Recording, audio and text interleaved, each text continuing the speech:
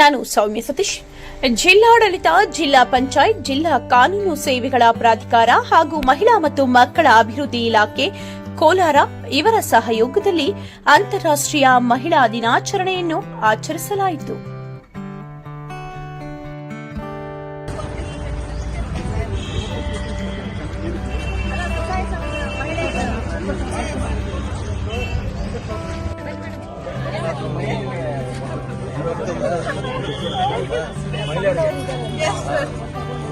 Cut ಮಾಡಿ ಈಗ ತಿಂಗಳಿಗೆ ಎಷ್ಟು ತಿಂಗಳಿಗೆ ಎಷ್ಟು ಮಾರಾಟ ಮಾಡ್ತೀರಾ? 10,000,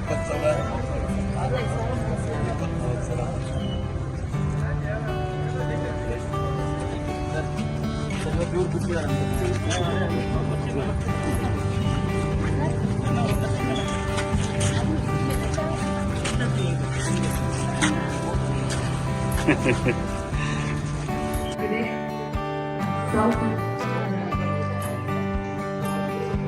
ಎಂದೆಂದರೆ ದೀಪೋ ಬೆಂಕಿಯಲ್ಲ ಬೆಳಕು, ಎಂದೆಂದರೆ ಪ್ರೀತಿಯೋ ಮಮತೆ ಎಂಬ ಮುಗಿಲು, ಎಂದೆಂದರೆ ದೀಪೋ. ಕೋಲಾರ ಜನತೆಗೆ ಅಂತಾರಾಷ್ಟ್ರೀಯ ಮಹಿಳಾ ದಿನಾಚರಣೆಯ ಶುಭಾಶಯಗಳು.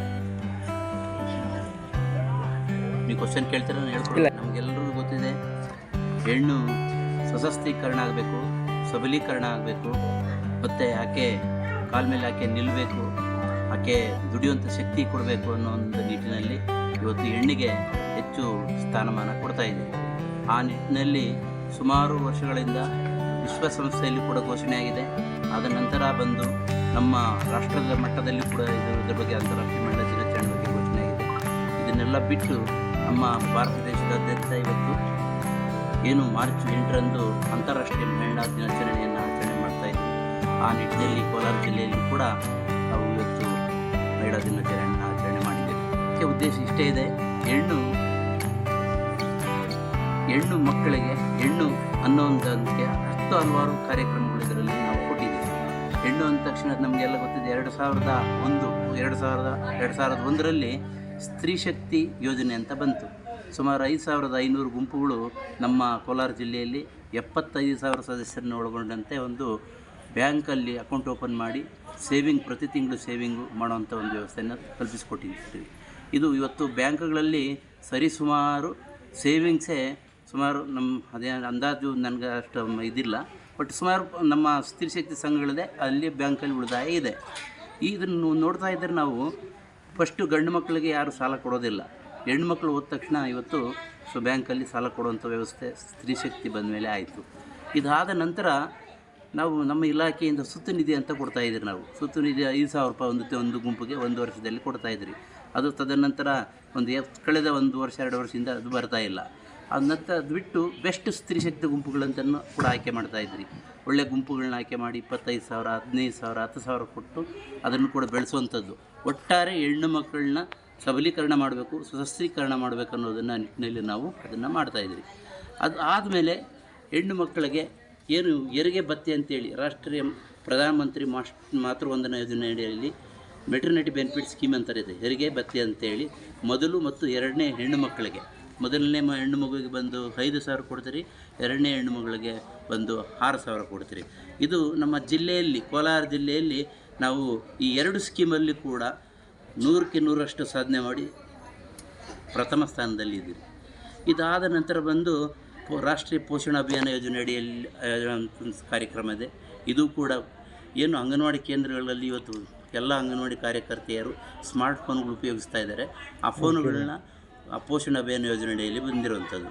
ಪೋಷಣ ಅಭಿಯಾನ ಯೋಜನೆ ಯಾಕೆ ಕೊಟ್ಟರು ಫೋನುಗಳು ಅಂತಂದರೆ, ಅವರು ಪ್ರತಿ 9 ಗಂಟೆಗೆ 9:30ಗೆ ಅಂಗನವಾಡಿ ಓಪನ್ ಆದರೆ ಎಷ್ಟು ಮಕ್ಕಳು ಬಂದರು, ಎಷ್ಟು ಮಕ್ಕಳು ಹಾಜರಿ ಆದರು, ಎಷ್ಟು ಮಕ್ಕಳಿಗೆ ನಾವು ಬೆಳಗಿನ ಉಪಹಾರ ಕೊಟ್ರಿ, ಎಷ್ಟು ಮಕ್ಕಳಿಗೆ ಮಧ್ಯಾಹ್ನ ಉಪಹಾರ ಕೊಟ್ರಿ, ಎಷ್ಟು ಮಕ್ಕಳು ಅಬ್ಸೆಂಟ್ ಇದ್ದಾರೆ, ಇದನ್ನೆಲ್ಲ ಒಟ್ಟಾರೆ ತೂಕದ್ದಾಗಿರ್ಬೋದು ಮತ್ತು ಅವರ ಪೌಷ್ಟಿಕ ಮಟ್ಟ ಇರ್ಬೋದು, ಇವೆಲ್ಲ ಕೂಡ ಅದರ ಆಧಾರದ ಮೇಲೆ ಇವತ್ತು ನಾವು ನೋಡಿಕೊಂಡು ಅದನ್ನೂ ಕೂಡ ನಾವು 3ನೇ ಪ್ಲೇಸಲ್ಲಿ ರಾಜ್ಯದಲ್ಲಿ ಇದ್ದೀರಿ.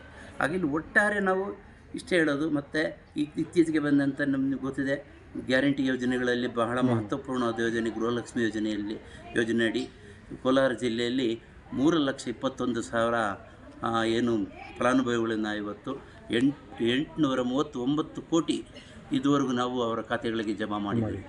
ಒಟ್ಟಾರೆ ಅದು ಸಬಲೀಕರಣ ಮಾಡುವಂಥದ್ದು ನಮ್ಮ ಉದ್ದೇಶ. ಮತ್ತು ಇದರಲ್ಲಿ ಏನು ಗೃಹಲಕ್ಷ್ಮಿ ಯೋಜನೆಯಲ್ಲಿ ಸುಮಾರು 10 ಹಲವಾರು ಕಾರ್ಯಕ್ರಮಗಳನ್ನು ಅವರು ಹಮ್ಮಿಕೊಂಡಿದ್ದಾರೆ. ಉದಾಹರಣೆಗೆ ಕಿರಾಣಿ ಅಂಗಡಿ ಇರ್ಬೋದು, ಹೈನುಗಾರಿಕೆ ತಗೊಂಡಿರ್ಬೋದು, ಮತ್ತು ಹೂವಿನ ವ್ಯಾಪಾರ ಇರ್ಬೋದು, ಮತ್ತು ಸಣ್ಣ ಪುಟ್ಟದ್ದು ಇರ್ಬೋದು. ಹೆಚ್ಚಾಗಿ ಮಕ್ಕಳಿಗೆ ಫೀಸ್ ಕಟ್ಟುವಂಥದ್ದು, ಮಕ್ಕಳನ್ನ ಓದಿಸುವಂಥದ್ದು, ಇವನ್ನೆಲ್ಲ ಕೂಡ ಆ ಯೋಜನೆ ಅಡಿಯಲ್ಲಿ ಬರ್ತಾಯಿದೆ. ಒಟ್ಟಾರೆ ಇದು ನಮ್ಮ ಒಂದು ಅಂತಾರಾಷ್ಟ್ರೀಯ ಮಹಿಳಾ ದಿನಾಚರಣೆಯ ಕೊಡುಗೆ ಅಂತ ಕೂಡ ನಾನಾದರೂ ಕೂಡ ಭಾವಿಸ್ತೀನಿ. ಒಟ್ಟಾರೆ ಮತ್ತೊಮ್ಮೆ ನಾನು ಅಂತಾರಾಷ್ಟ್ರೀಯ ಮಹಿಳಾ ದಿನಾಚರಣೆಯ ಪರವಾಗಿ ನಮ್ಮ ಕೋಲಾರ ಜನತೆಗೆ ಜಿಲ್ಲಾ ಉಪನಿರ್ದೇಶಕರು ಮಹಿಳಾ ಮತ್ತು ಮಕ್ಕಳ ಅಭಿವೃದ್ಧಿ ಇಲಾಖೆ ನಾರಾಯಣ ಸ್ವಾಮಿ, ಉಪನಿರ್ದೇಶಕರು ಮಹಿಳಾ ಮತ್ತು ಮಕ್ಕಳ ಅಭಿವೃದ್ಧಿ ಇಲಾಖೆ ಕೋಲಾರ. ಇವತ್ತು ಬಂದು ನಾವು ಜಿಲ್ಲಾಡಳಿತ, ಜಿಲ್ಲಾ ಪಂಚಾಯತ್, ಮಹಿಳಾ ಮತ್ತು ಮಕ್ಕಳ ಅಭಿವೃದ್ಧಿ ಇಲಾಖೆ, ಆಮೇಲೆ NRLM ಅಂತೇಳಿ ಜಿಲ್ಲಾ ಪಂಚಾಯತಿ ಸಂಜೀವಿನಿ ಯೋಜನೆ ಅಡಿಯಲ್ಲಿ ಅಂತೇಳಿ ಅಲ್ಲಿ ಕೂಡ ಗುಂಪುಗಳಿದ್ದಾವೆ. ಒಟ್ಟಾರೆ ಒಂದು 750 ಜನ ಸೇರಿಸಿದ್ದೀರಿ ನಾವು ಇವತ್ತು. 750 ಜನ ಇವತ್ತು ಬಂದು ಇಲ್ಲಿ ಭಾಗವಹಿಸಿ ತುಂಬ ಅದ್ಭುತವಾದ ಕಾರ್ಯಕ್ರಮ ಕೊಟ್ಟಿದ್ದಾರೆ. ಮತ್ತು ಈ ಕ್ಷೇತ್ರದಲ್ಲಿ ವಿವಿಧ ಕ್ಷೇತ್ರಗಳಲ್ಲಿ ಏನು ಸಾಧನೆ ಮಾಡಿದ್ದಾರೆ ಅವ್ರಿಗೂ ಕೂಡ ನಾವು ಇವತ್ತು ಸನ್ಮಾನ ಮಾಡಿದ್ದೀರಿ.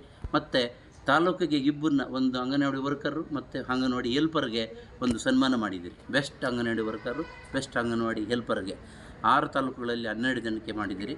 ಅದ ನಂತರ ಬಂದು ಬಾಲ್ಭವನದಲ್ಲಿ ಸಾಧನೆ ಮಾಡಿರೋಂಥದ್ದು ಈ ಕೋಲಾರ ಜಿಲ್ಲೆಯಿಂದ ಬೆಂಗಳೂರಿಗೆ ಹೋಗಿದ್ದರು. ಅಲ್ಲಿ ಆಟಪಾಠಗಳಲ್ಲಿ ಗೆದ್ದು ಬಂದಂಥವ್ರಿಗೆ ಇವತ್ತು ಮೆಡಲ್ ಕೊಟ್ಟು ಅವರು ಕೂಡ ಪ್ರಶಸ್ತಿ ಪತ್ರ ಕೊಟ್ಟು ಸನ್ಮಾನ ಏನು ನಮ್ಮ ಲೋಕ ಶಾಸಕರು ಮತ್ತು ವಿಧಾನ ಪರಿಷತ್ ಸದಸ್ಯರುಗಳು ಅವರ ಮುಖಾಂತರ ಮಾಡಿದ್ರಿ. ಇದಕ್ಕೆಲ್ಲ ಮೂಲಭೂತ ಕಾರಣ, ಇದಕ್ಕೆಲ್ಲ ಮಾರ್ಗದರ್ಶನ ನಮ್ಮ ಜಿಲ್ಲಾಧಿಕಾರಿಗಳಾದಂಥ ಗೌರವಾನ್ವಿತ ಡಾಕ್ಟರ್ MR ರವಿ ಸರ್ ಮತ್ತು CEO ಆದಂಥ ನಮ್ಮ ಭಾಗ್ಯವಾಡಿ ಸರ್.